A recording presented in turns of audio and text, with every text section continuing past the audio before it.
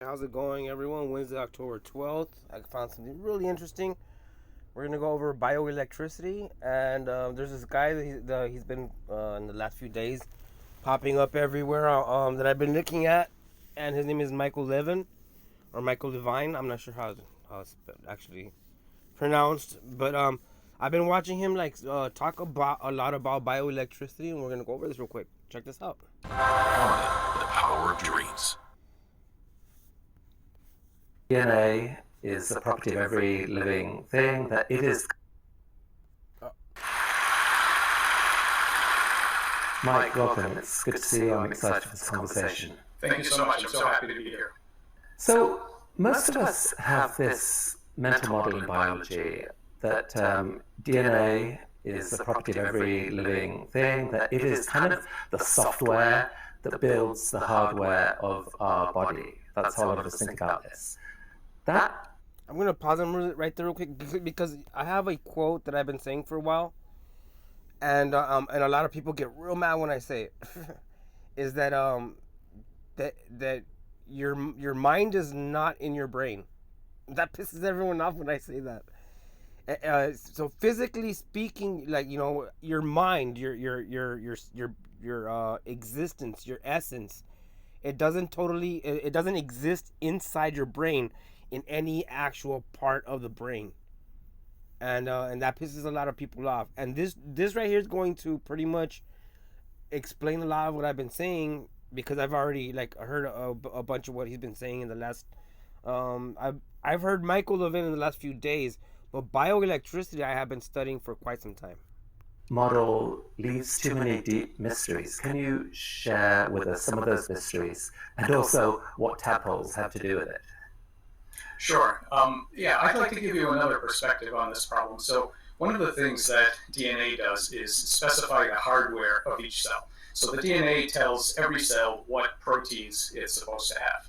And so when you have tadpoles, for example, you see the kind of thing that most people think is sort of a progressive unrolling. The genome-specific genes turn on and off, and a tadpole, as it becomes a frog, has to rearrange its face. So the eyes, the nostrils, the jaws, everything has to move. And one way to think about it used to be that, well, you have a sort of hardwired set of movements where all of these things move around, and then you get your frog. But actually, a few years ago, we found a pretty amazing phenomenon, which is that if you make so-called Picasso frogs, so these are tadpoles where the jaws might be off to the side, the eyes are up here, the nostrils are moved, so everything is shifted. These tadpoles make largely normal frog faces. Now, this is amazing. So this is on the bottom credit. Oh, I'm trying to see the credit at the bottom real quick. Because all of the organs start off in abnormal positions, and yet they still end up making a pretty good frog face. And so what it turns out is that this system, like many living systems, is not a hardwired set of movements, but actually works to reduce the error between what's going on now and what it knows is a correct frog face configuration. This kind of decision-making that involves flexible responses to new circumstances, in other contexts, we would call this intelligence. And so what we need to understand now is not only the mechanisms by which these cells execute their movements and gene expression and so on, but we really have to understand the information flow. How? So basically, he just said right there is that there's an intelligence before a brain is even formed with the creation of a certain being, specifically the tadpole, and that's exactly what he just said right now.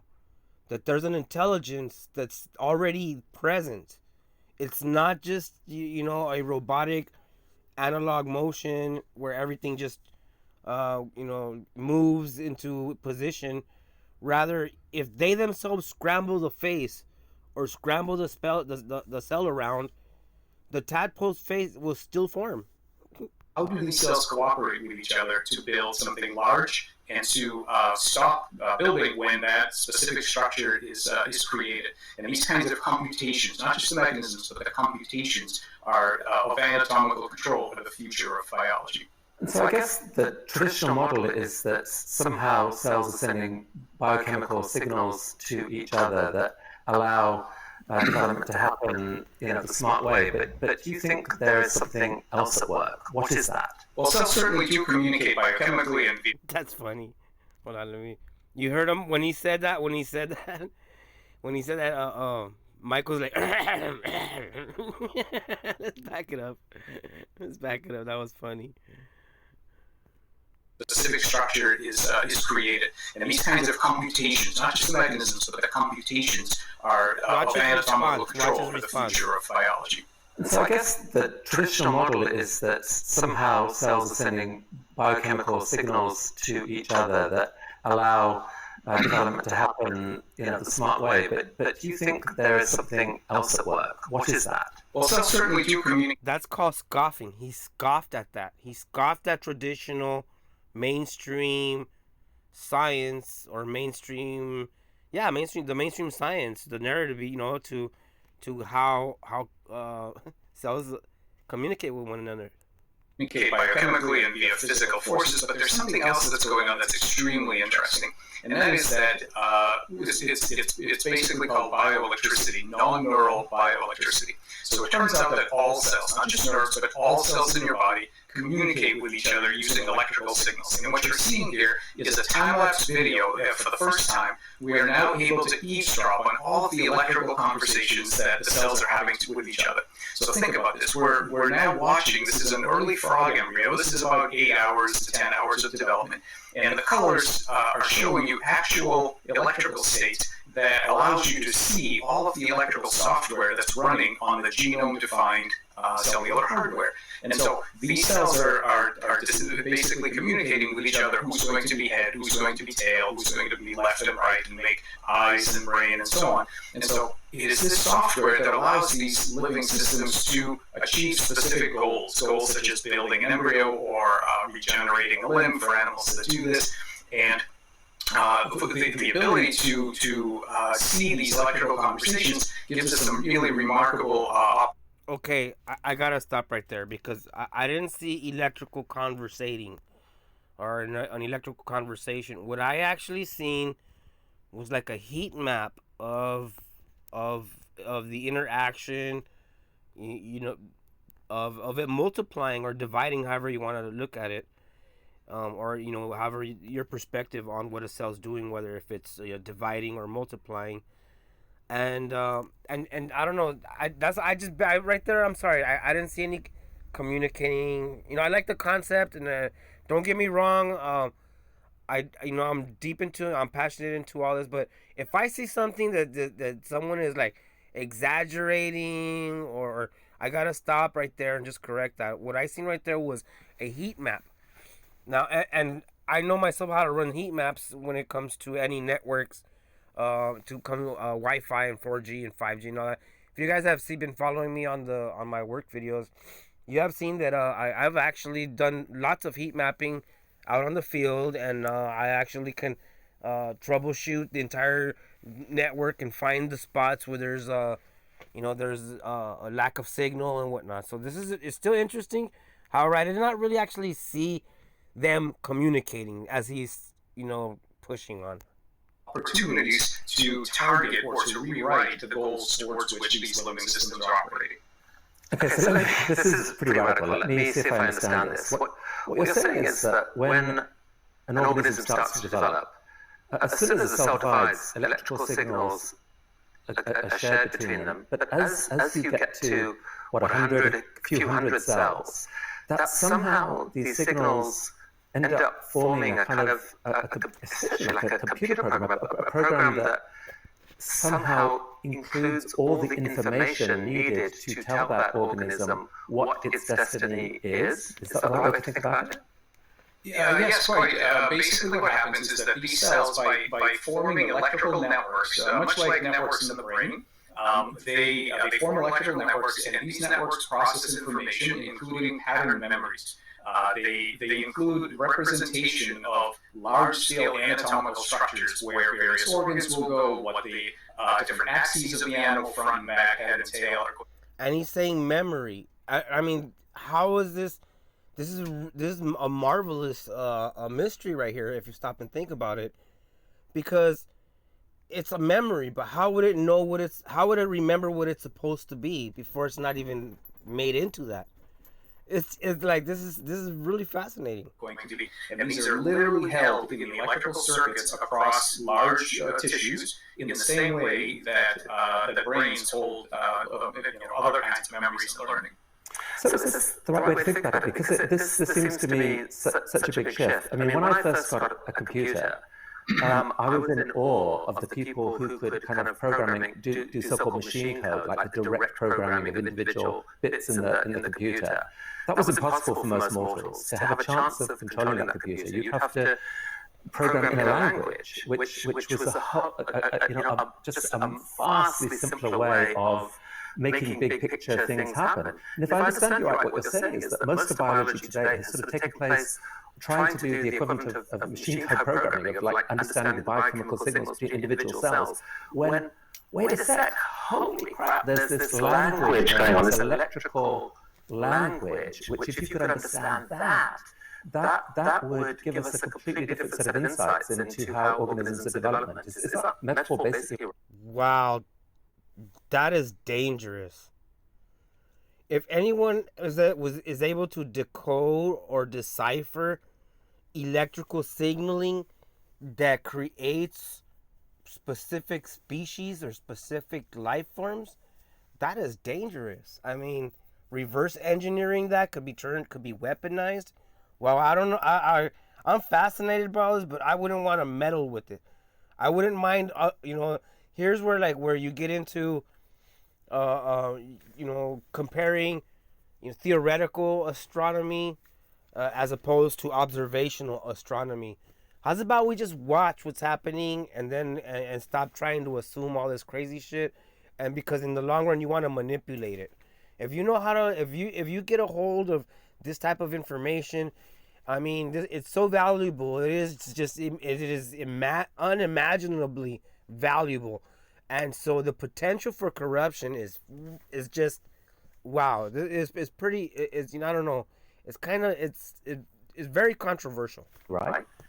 Yeah, this is exactly right. So if you think about the way programming was done in the 40s, in order to get your computer to do something different, you would physically have to shift the wires around. So you'd have to go in there and rewire the hardware. You have to interact with the hardware directly, and all of your strategies for manipulating that machine would be at the level of the hardware. And the reason we have this now amazing technology revolution in information sciences and so on is because computer science moved from a focus on the hardware onto understanding that if your hardware is good enough, and I'm going to tell you that biological hardware is absolutely good enough, then you can interact with your system not by tweaking or rewiring the hardware, but actually you can take a step back and give it stimuli or inputs the way that you would give to a reprogrammable computer, and cause the cellular network to do something completely different than it would otherwise have done. So the ability to see these bioelectrical signals is giving us an entry point directly into the software that guides large-scale anatomy,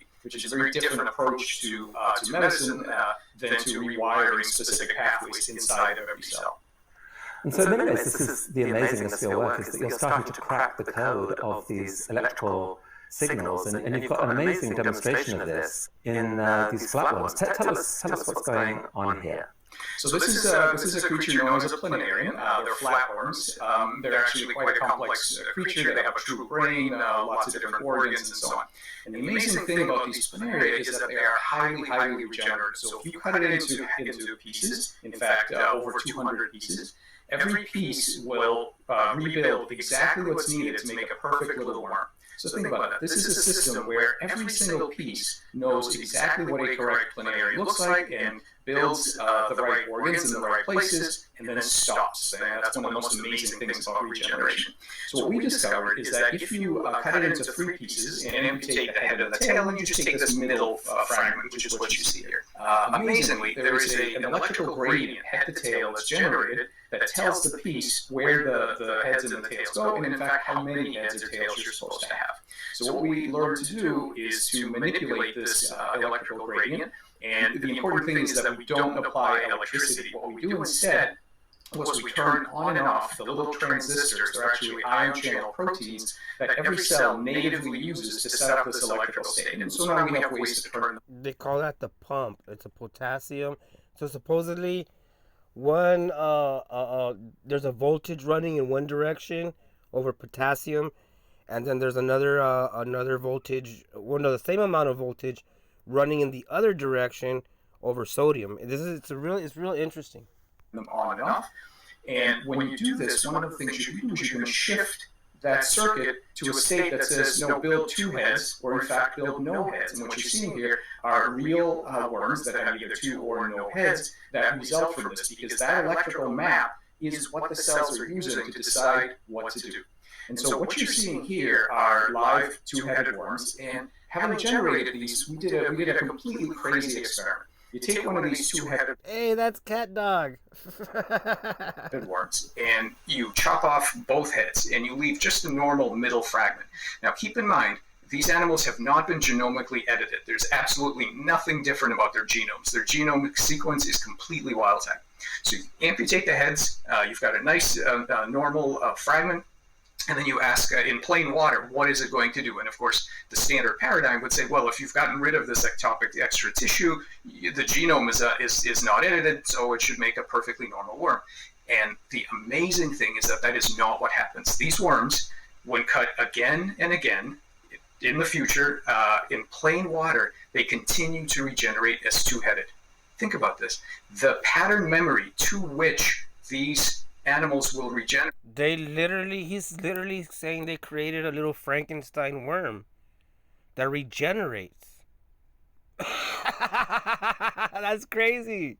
Generate after damage has been permanently rewritten, and in fact, we can now write it back and send them back to being one-headed without any genomic editing.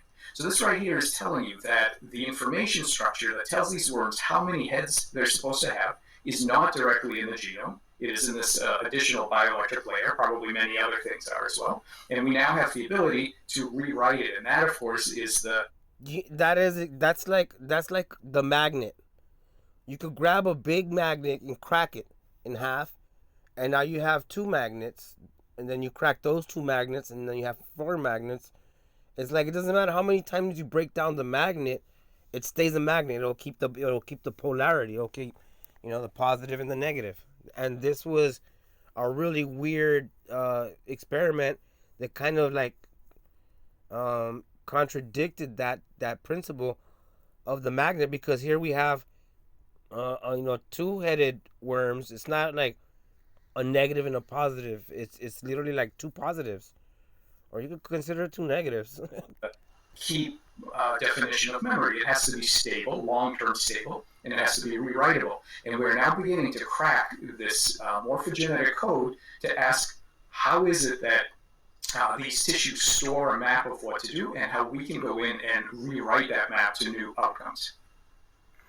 I mean, that seems incredibly compelling evidence that there's, that DNA is just not controlling the actual final shape of these organisms. So there's this whole other thing going on, and boy, if you could crack that code, it would have to be an external electrical signaling that's affecting matter. So literally, he said it over and over. Like he said it a couple of times right here.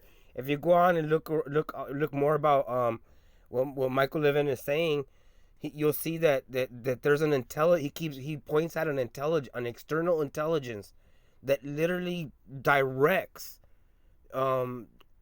directs matter and mass through voltages, through electrical signaling.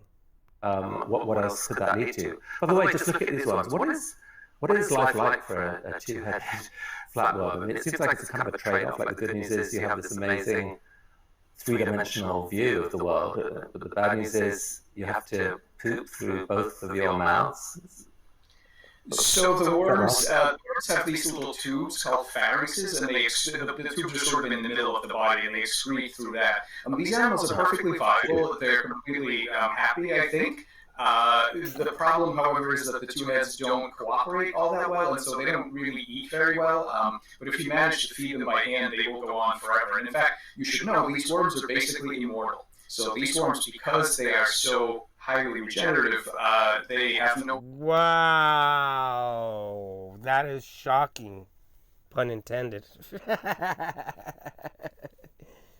Okay, so if you guys have been following everything that I've been talking about, the United Nations, the reset, why they're trying to kill off the monetary system and make it digital, it kind of leads into them seeking or supposedly finding life extension technologies, near immortal technologies, that can be applied to existence for them to become immortal. And this is interesting that what he's talking about, that this electrical signaling and is totally relative to the way certain species are made.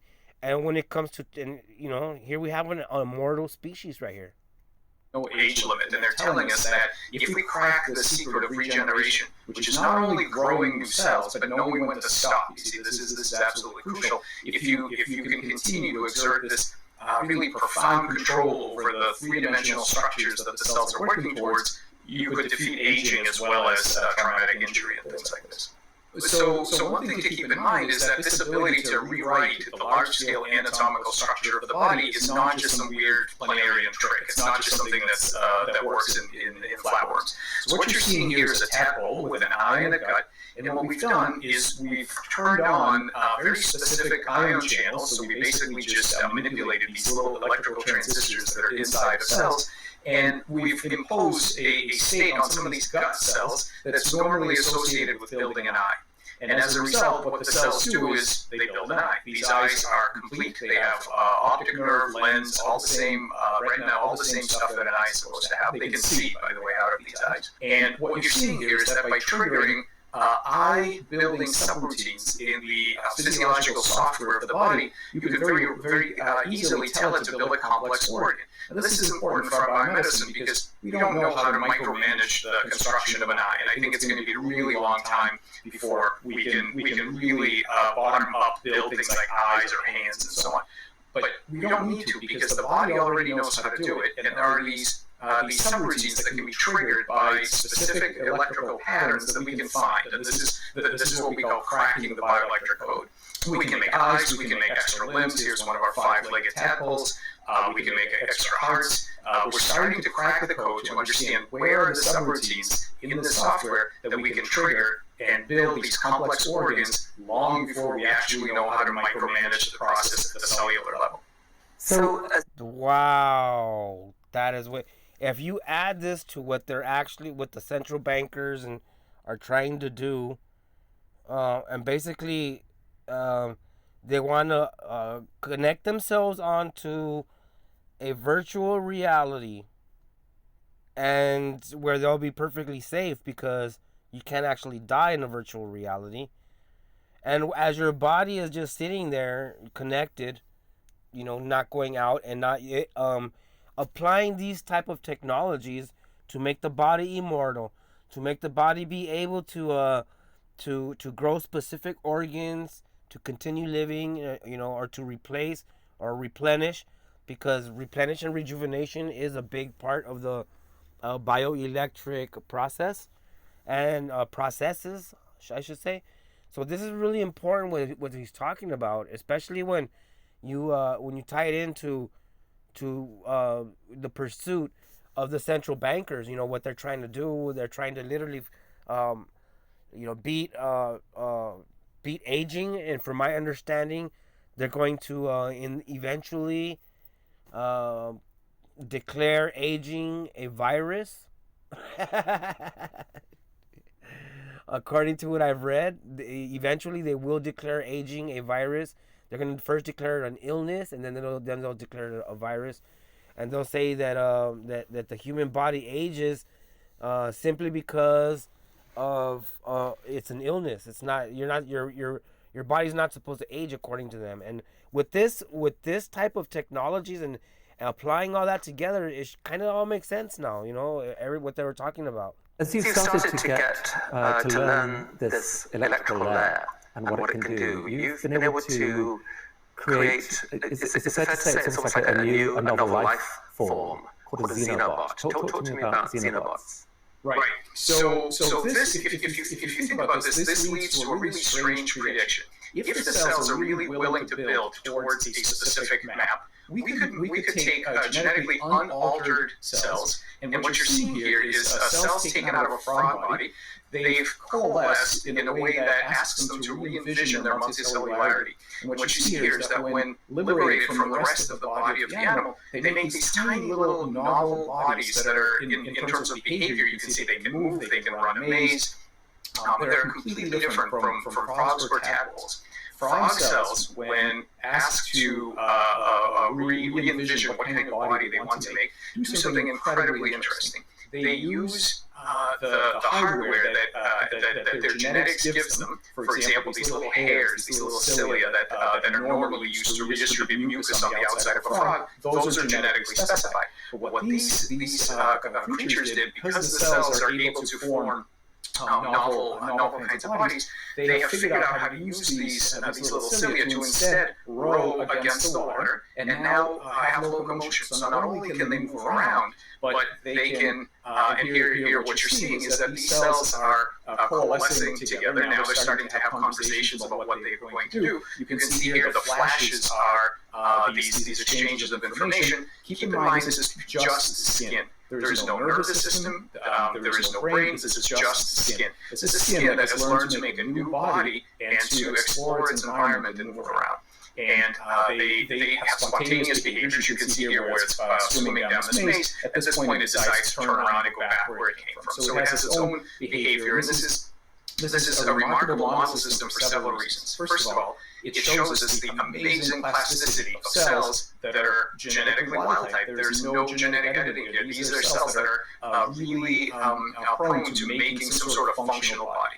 The second thing, and this was done in collaboration with Josh Bongard's lab at UVM, they modeled the structure of these things and evolved it in a virtual world. So this is literally on a computer. They modeled it on a computer. So this is literally the only organism that I know of on the face of this planet whose evolution took place not in the biosphere of the Earth, but inside a computer. So the individual cells have an evolutionary history, but this organism has never existed before. And it was evolved in this virtual world, and then we went ahead and made it in the lab, and you can see this amazing plasticity. So this is not only for making useful machines. You can imagine now programming these to go out into the environment and collect toxins and clean up, or you can imagine ones made out of human cells that would go through your body and collect cancer cells, or reshape arthritic joints to deliver pro-regenerative compounds, all kinds of things. But not only these useful applications, this is an amazing sandbox for learning to communicate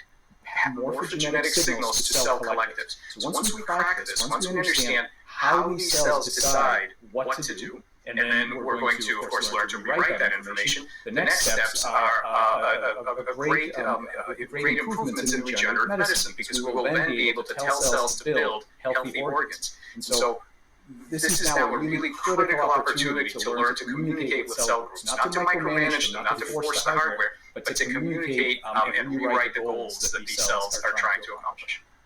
Well, it's mind-boggling stuff. Finally, Mike, give us just one other story about medicine that might... How would you program these cells? Well, it would be through frequencies. That's something that we have to be aware of all these things, because if he's talking about, programming and all that, it's obvious the programming would be with frequencies. I mean, they're putting up all these 5G towers everywhere, and who knows how these microwaves actually affect our bodies in the long run. There's no actual testing done where they've grabbed humans and put them inside of a specific area where there's like a bunch of 5G microwaves bombarding their bodies, for like 20 years to see exactly what's going to happen to them. But I mean, at this point, with this information here, knowing that there's some type of intelligence, external electrical signaling intelligence that exists and helps create pretty much reality as we know it. And it's not like it's telling everything to do the same thing. Rather, this is a beautiful title. It orchestrates it. Interesting. You to come as you develop this understanding of how this bioelectric layer works. Yeah, this is incredibly exciting because if you think about it, most of the problems of biomedicine, so birth defects, degenerative disease, aging, traumatic injury, even cancer, all boil down to one thing. Cells are not building what you would like them to build. And so if we understood how to communicate with these collectives and really rewrite their target morphologies, we would be able to normalize tumors, we would be able to repair birth defects, induce regeneration of limbs and other organs, and these are things we have already done in frog models. And so now the next really exciting step is to take this into mammalian cells, to really turn this into the next generation of regenerative medicine, where we learn to address all of these. The host looked down when he said that. He was like, "Yeah, dude, that." He said mammalian cells, and he was like, "Whoa." These biomedical needs by communicating with the cell collectives and rewriting their bioelectric pattern memories. And the final thing I'd like to say is that the importance of this field is not only for biomedicine. You see, this, as I started out by saying, this ability of cells in novel environments to build all kinds of things besides what their genome tells them is an example of intelligence. And biology has been intelligently solving problems long before brains came on the scene. And so this is also the beginnings of a new inspiration for machine learning that mimics the artificial intelligence of body cells, not just brains, for applications in computer intelligence. This literally implies that there was an intelligent electrical signaling that formed the human brain. Do you guys even science, bro?